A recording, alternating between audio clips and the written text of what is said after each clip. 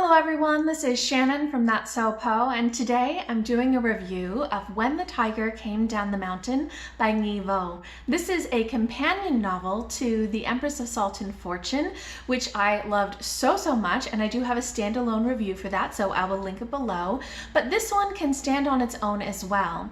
Both of these feature the same main character, the cleric Nghi, who is someone who gathers stories, but the story in the first novella, The Empress of Salt and Fortune, is totally separate from the story that is in this one, When the Tiger Came Down the Mountain, and I loved this one just as much. It has a little bit of a different tone, but it really worked for me, so I want to tell you about why I loved this one so much.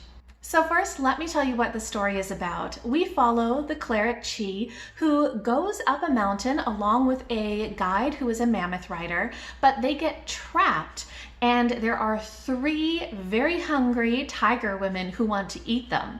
Cleric Nghi tries to stall them by telling them a story about a very famous tiger woman and her human lover. This is a story that the tigers know as well, but the version that they've heard is quite different. So now let me talk about why I loved this story so much, beginning with the mythology. Just like in the first book in this series, I think that Nghi does an amazing job of creating such a fully fleshed out world that has so much great mythology. A lot of the mythology in this is very much inspired by Vietnamese mythology and culture. So we have a lot of things that I've heard about before, things like hungry ghost spirits, or things like fox spirits, which are tricksters. There's other things as well that I'm not sure. It could be something Nghi created herself, or it could be something that is part of Vietnamese culture, such as these tiger women. And then there's other things that I'm pretty sure are unique to Nghi's own imagination, such as the mammoth riders. There's also just so much in this that is very representative of, I think, political and cultural history of Vietnam. Things like the idea of imperial exams and the way that family dynamics work, a lot of things about hospitality. There's so much in here that makes the world feel so magical, but also so grounded in culture and history.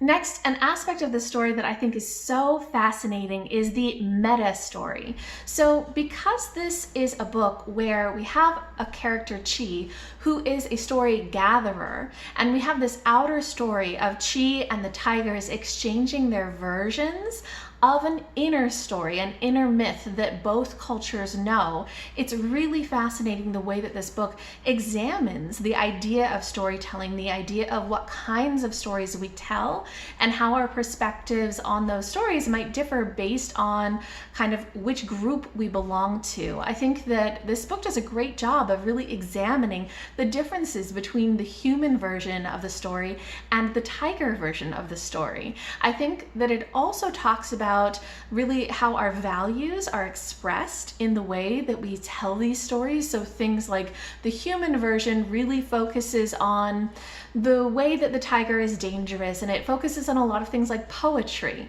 whereas the tiger version focuses on how strong and noble the tiger is, and on things like food. Food is very important in terms of the tiger culture, and so there's so much of that. And I really loved the respect that the cleric Nghi had for listening to the tiger's version and making sure to note those down and giving validity to their story. I thought that that was such a well done aspect of this book.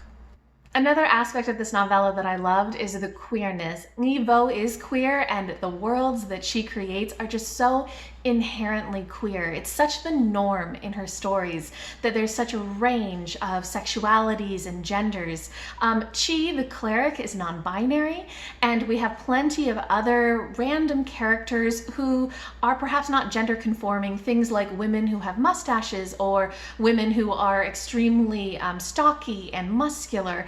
All of this is a normal part of the world. It's never questioned, and same-sex relationships are, again, the norm. This is totally a normal thing that happens. The inner story about the famous tiger woman and her lover, both of those characters are female, and their love story is a great one. And I really love the way that Nghi creates such a beautiful world where queerness is the default. And lastly, one of my favorite things about this story was the humor. Whereas The Empress of Salt and Fortune was much more of a drama, it made me cry so much, this one made me laugh so much. It is so heartwarming. The inner story in this is all about these lovers, and there's such a sense of respect and love between those characters. But on the outer story between the cleric Chi and her mammoth rider companion and the tiger women, there's a lot of humor in their interactions, there's a lot of banter, there's a lot of very funny scenes, especially with the tigers reacting to certain aspects of the human version of the inner story. I laughed so much at this, and I just found it such an uplifting and heartwarming book that really made me find such joy in it. Overall, I think that this novella is just such a great read. I thoroughly enjoyed it, and I think that I'm so impressed by everything that Nghi has been writing. I could read as many novellas set in this world as she could possibly write. If you guys have read this, or if you've read The Empress of Salt and Fortune and you want to read this, or if you have any thoughts, any comments, anything like that, just go ahead and leave me a comment down below.